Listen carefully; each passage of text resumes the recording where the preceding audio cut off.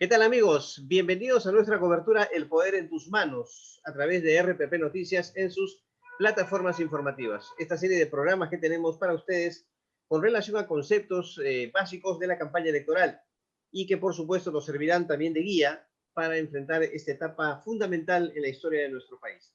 Hoy hablaremos de un tema que es también muy importante y es un objetivo de los partidos políticos, la valla electoral. Y tenemos el gusto de recibir a Cristian Jaramillo, un destacado politólogo. Aquí, por supuesto, le agradecemos por su tiempo y por su paciencia. Cristian, ¿qué tal? Gracias por Hola, estar con Carlos. nosotros. ¿Qué tal? Bueno, a ver, empecemos por la definición, para que la gente lo entienda, por supuesto. ¿Qué es la valla electoral? La valla electoral es el mínimo de requisitos que la ley, a la ley denomina valla electoral, y son los requisitos que un partido debe cumplir para poder acceder al procedimiento de distribución de escaños del Congreso de la República. O sea, es el mínimo para obtener representación en el Congreso, para que un partido tenga congresistas. Efectivamente. ¿Cierto? Ya, ¿y cuál es el mínimo? ¿Cuál es el límite que un partido debe sobrepasar para ello? Bien, según el artículo 20 de la Ley Orgánica de Elecciones, se requiere haber alcanzado al menos 7 representantes en más de una circunscripción o haber obtenido el mínimo de 5% de votos válidos a nivel nacional. ¿Y qué pasa cuando un partido político no logra ese requisito o esos requisitos que nos ha mencionado? Bien, en principio no entra no puede acceder a escaños dentro del Congreso y no entra a la distribución.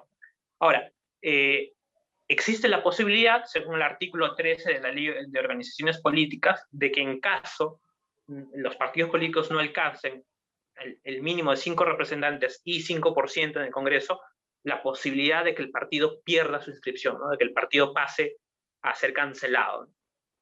Muy bien. Y eso ha pasado también con partidos importantes, ¿no? Sí, sí. De hecho, las cancelaciones han sido bastante frecuentes, ¿no? La ley ha pasado por varias reformas. Esta última reforma es la que agrega, la que cambia de conector, ¿no? Antes era un O. Antes era o tenías 5 congresistas en más de una circunscripción o tenías el 5% de votos válidos. Una de dos. Ahora es un I. Ahora el cumplimiento debe ser en ambos sentidos. Ahora, no hay que confundir lo que es la valla electoral, que es un requisito, que son 7 representantes, 5 o el 5%, o con lo que es la cancelación. La cancelación, para no ser cancelado, te exige un I. Son dos conceptos distintos.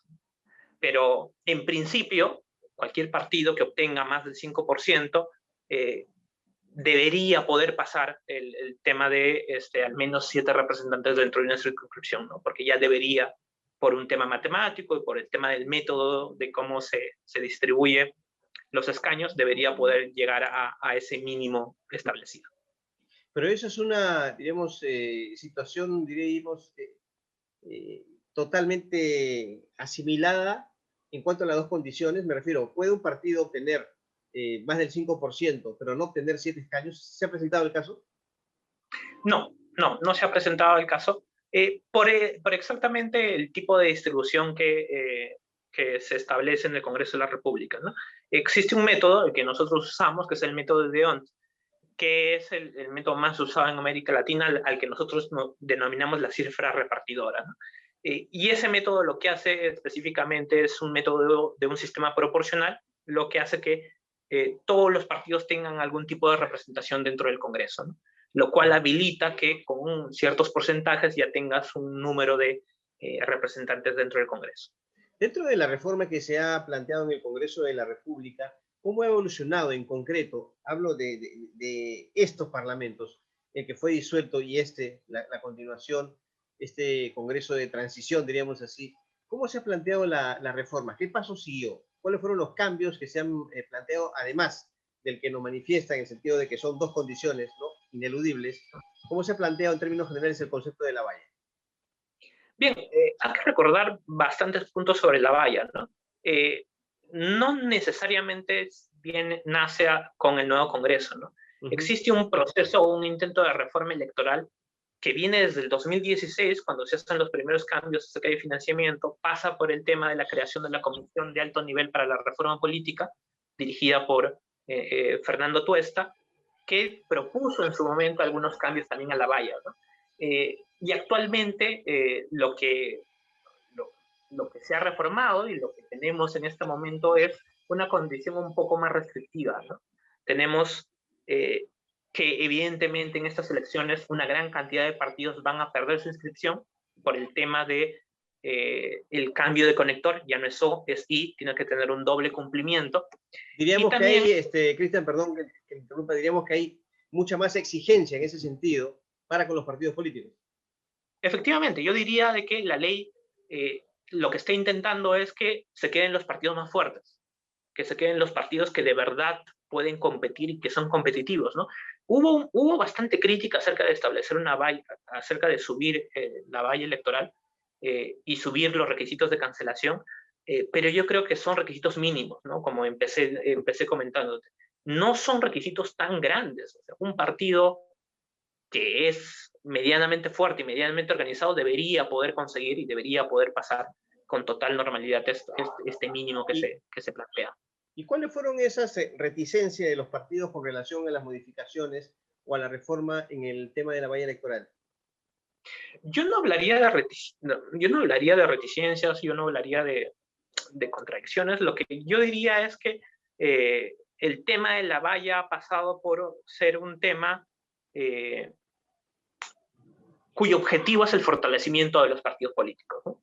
Y yo creo que todos los partidos estarán de acuerdo de que deben fortalecerse, deben ser un poco más fuertes, deben entrar a los distritos, deben comenzar a ganar más a nivel subnacional. Yo diría que es un tema más, el debate ha estado impuesto en cuáles son los requisitos de inscripción, o sea, una vez cancelado el partido, cuál es la posibilidad de que se vuelva a ingresar dentro del sistema electoral. Y también un tema de algunas causales más de cancelación, ¿no? Un partido no solo es cancelado por no lograr este mínimo, también es cancelado por otras causales. Por ejemplo, por no participar en elecciones también supone un principio de cancelación, ¿no? Muy bien. Bueno, Cristian, muchas gracias por habernos dado mayores luces respecto al concepto de valla electoral y de seguro vamos a seguir dialogando en el curso de, faltan 2 meses aproximadamente ya, porque estamos entrando a marzo, para el tema de la contienda electoral. Como siempre, muchas gracias y nos reencontramos en una próxima oportunidad. Gracias, Cristian. Muchas gracias, Carlos. Cristian Jaramillo, politólogo, estuvo con nosotros en nuestra cobertura El Poder en tus Manos. Nos despedimos hasta una próxima oportunidad.